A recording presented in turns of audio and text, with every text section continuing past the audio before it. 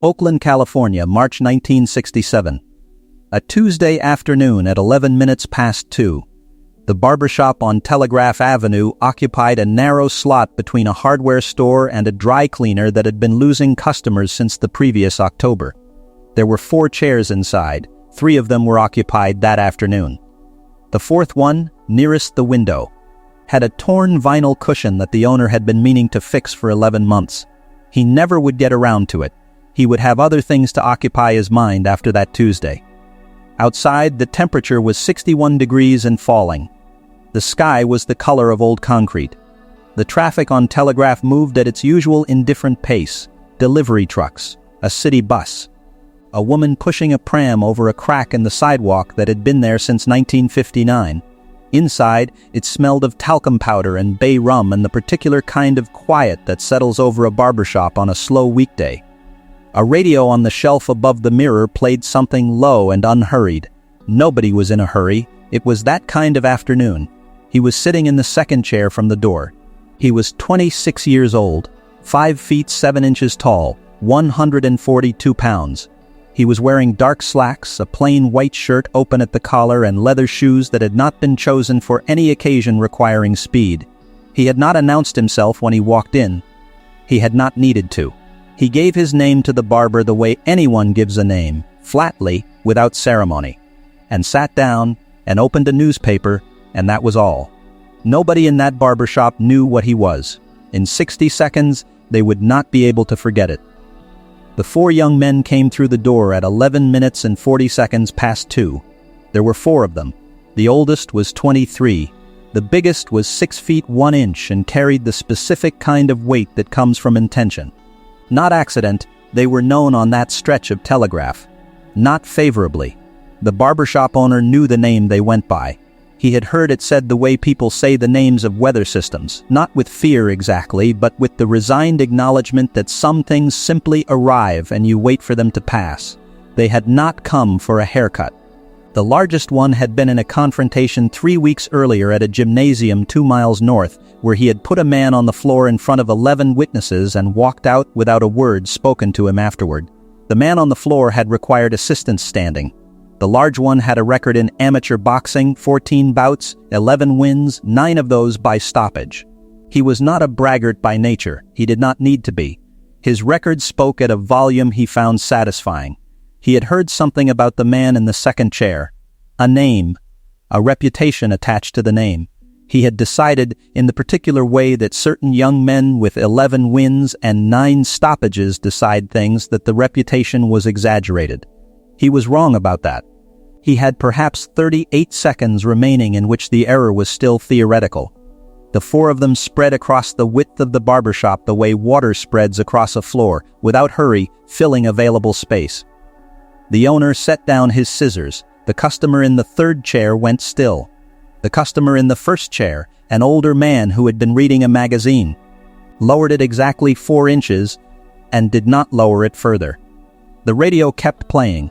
Nobody reached to turn it off. It kept playing all the way through what happened next. The large one said the name. He said it the way someone sets an object on a table deliberately to see if anyone flinches. He followed the name with a sentence. The sentence was brief and specific, and it questioned in plain language whether the reputation was anything other than a story someone had told too many times. If you have ever wanted to understand what it means to be present in a room where the temperature does not change, but something else does, stay with this story. Because what happened in the next 60 seconds inside that barbershop on Telegraph Avenue would be discussed in martial arts schools from San Francisco to Tokyo for the following 4 decades. The men who witnessed it would each tell the story differently. They would agree on almost nothing except the duration. 60 seconds, perhaps a few more. The man in the second chair folded his newspaper once. He set it on the counter in front of the mirror with the specific deliberateness of someone who expects to return to it. He reached up and removed the barber's cape from his shoulders without assistance. He folded it. Once, set it across the armrest. He stood up. He did not stretch. He did not roll his neck. He did not assume a stance or raise his hands or say anything in response to what had been said to him. He simply stood, and in standing he became, in the words of one of the witnesses who would spend 40 years trying to describe it, something that the room had not previously contained. The barber, Thomas Reed, 61 years old, 17 years at that location. A man who had seen most things that a barbershop on Telegraph Avenue could show a person, would later say that the change was not visible. It was not in the posture or the expression. It was in the quality of the attention the room began to pay to the man without understanding why. The recognition did not come in a wave the way it sometimes does in crowded arenas. It came the way cold comes through a wall, gradually, and then all at once, and by the time you are fully aware of it, it has already been there for some time. He has already lost. He simply has not been informed of it yet. If this is the first time you have watched this channel, the stories we tell here are true stories about what happens when a person built by years of serious and private work meets a person built by assumption. Before this story reaches the floor of that barbershop, make sure you are subscribed and leave a comment below telling us where in the world you are watching from. The sentence the largest of the four would speak from the floor of that barbershop would change the way he understood himself for the rest of his life. Stay until the end. The large one moved first. He was not reckless about it. He had 11 wins and 9 stoppages, and he moved with the economy of someone who had done this before in front of witnesses and found the experience reliable. He covered the distance between himself and the second chair in 3 steps. His right hand was already traveling by the second step. A fight is not 2 men hitting each other. A fight is a conversation about distance, and the first thing that is said in that conversation is, "Where do you think I am, and where am I actually?" Most people who lose a fight lose it in that sentence, before anything physical has occurred, because they have answered the first question confidently and incorrectly.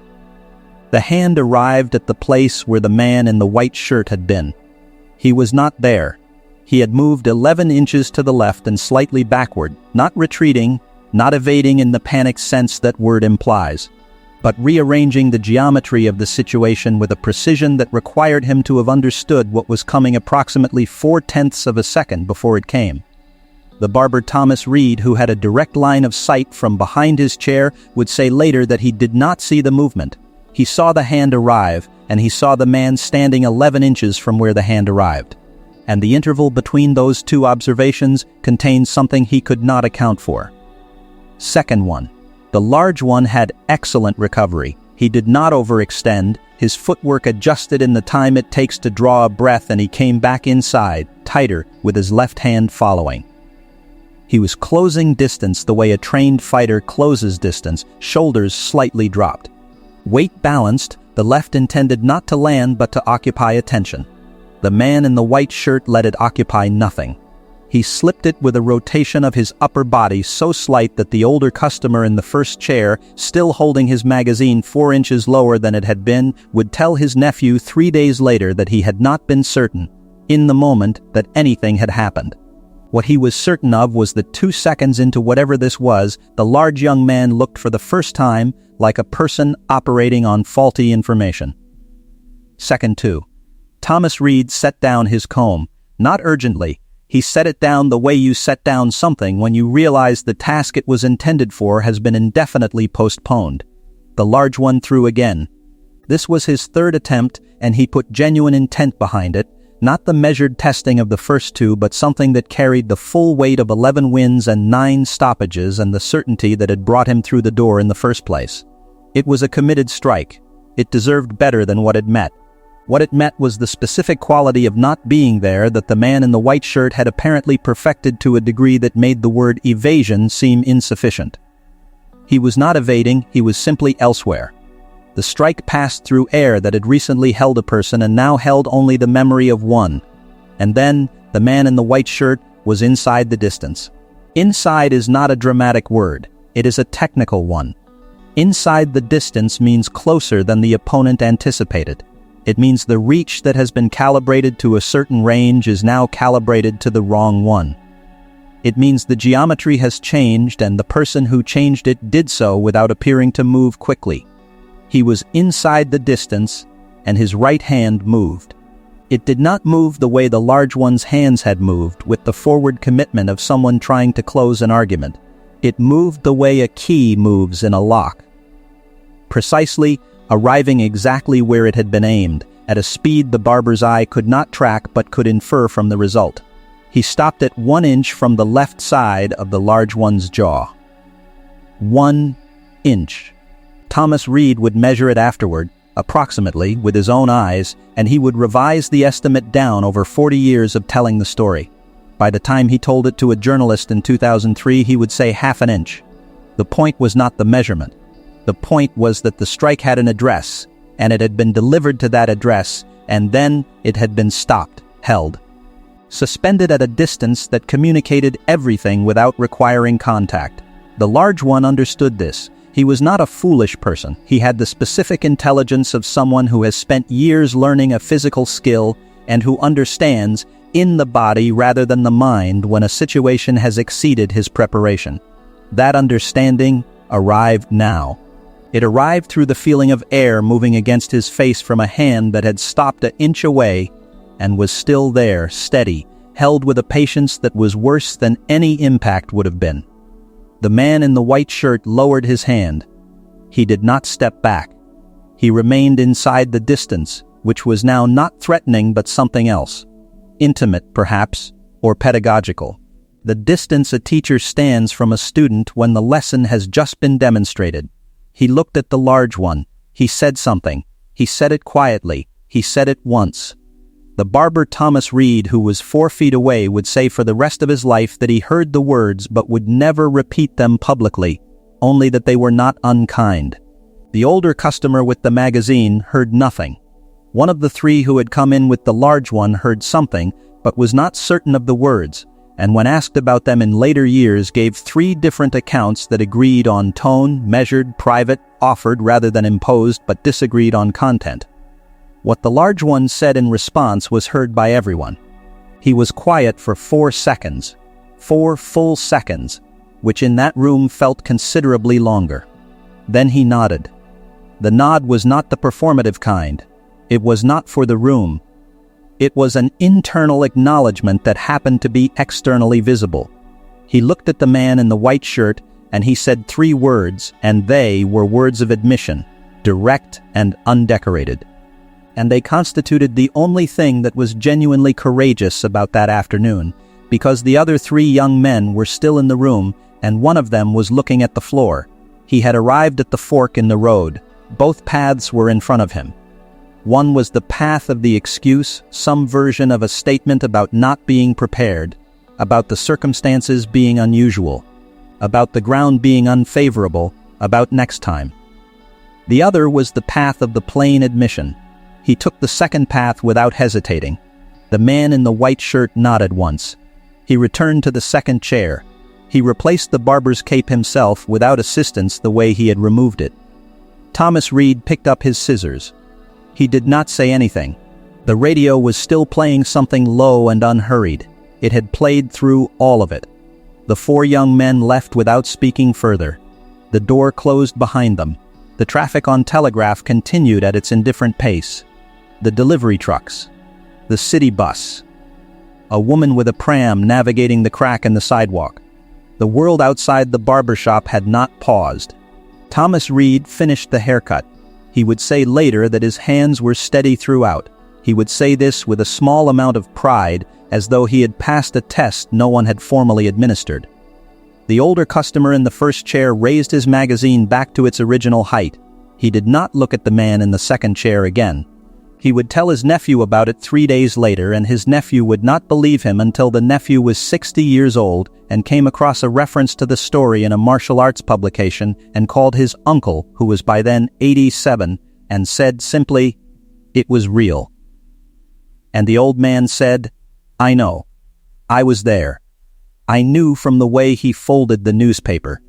The story left that barbershop in 4 directions at once. Thomas Reed told it to a man who taught judo in Berkeley. The man who taught judo told it to a tournament organizer who had spent 20 years watching bodies move at speed and who knew the difference between a story that had been improved in the telling and one that had not. He told it, without improvement he was careful to note, to a trainer who worked with a film production in Los Angeles. And the trainer told it to a stunt coordinator named Vincent Albanese, who had 31 years of experience across 214 productions, and who said, when he heard it, that it was consistent with 3 things he had personally observed about the man in the second chair. The story gained details in transit that it did not begin with. In some versions, the barbershop had 8 men in it. In some versions, the large one was a former professional. In some versions, words were exchanged at greater length. Thomas Reed, who was the closest witness and the most reliable, noted when shown these versions that the embellishments were always additive: more people, more words, more drama, and that the actual event had required none of those things. What had actually happened was already sufficient. That was, he said, precisely the point.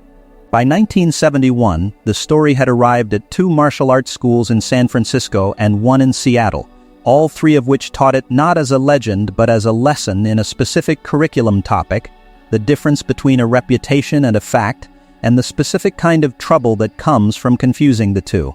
By 1978, a version of it appeared in a small martial arts journal in a column about practical application.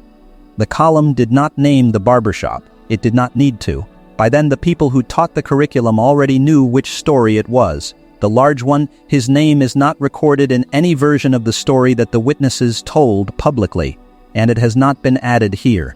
Was seen training seriously at a gymnasium in East Oakland the following year. He trained without the specific certainty he had carried into the barbershop.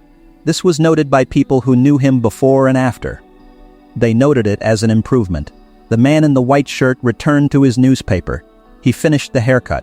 He paid. He left. He did not tell the story. In none of the 4 decades of its circulation is there a recorded instance of it being told by him or attributed to him as something he had discussed. The story was carried entirely by the people who had been in the room with him or who had received it from them. There is a particular kind of power that belongs only to those who do not require the story to be told. It is not modesty, exactly. Modesty implies an effort of restraint. This was something quieter than that. It was the quality of a man who knew precisely what had happened and found that knowledge complete in itself, requiring no audience, no repetition, no confirmation from outside. That Tuesday afternoon in Oakland did not change what he was. He had been that thing for years, in rooms where no one was watching, on mornings when there was no occasion for it, through 10,000 repetitions of movements that most people never saw and could not have evaluated if they had. The afternoon in the barbershop was not the creation of something. It was the brief and unannounced visibility of something that had existed for a long time in the dark. The barber Thomas Reed worked that location for 11 more years before retiring. He kept the torn vinyl cushion on the 4th chair unreplaced until the day he closed the doors. He was asked about this once and said only that some things you leave the way they are because the day they were part of is worth keeping whole. What a man carries into a room is not always visible from the outside. The credential that matters is not the one announced at the door, but the one demonstrated without announcement when the moment requires it. The loudest thing in that barbershop on that Tuesday afternoon was the sound of a reputation meeting the fact behind it, and finding the fact larger.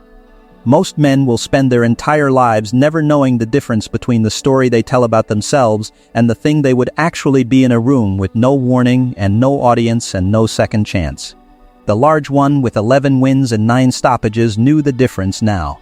He had been given that knowledge by a man who had no reason to give it and who gave it without cruelty, which made it a gift rather than a humiliation, and which is why, when he spoke of it in later years, and he did speak of it once to a small group of students of his own at a gymnasium in Fresno, he did not speak of it with bitterness.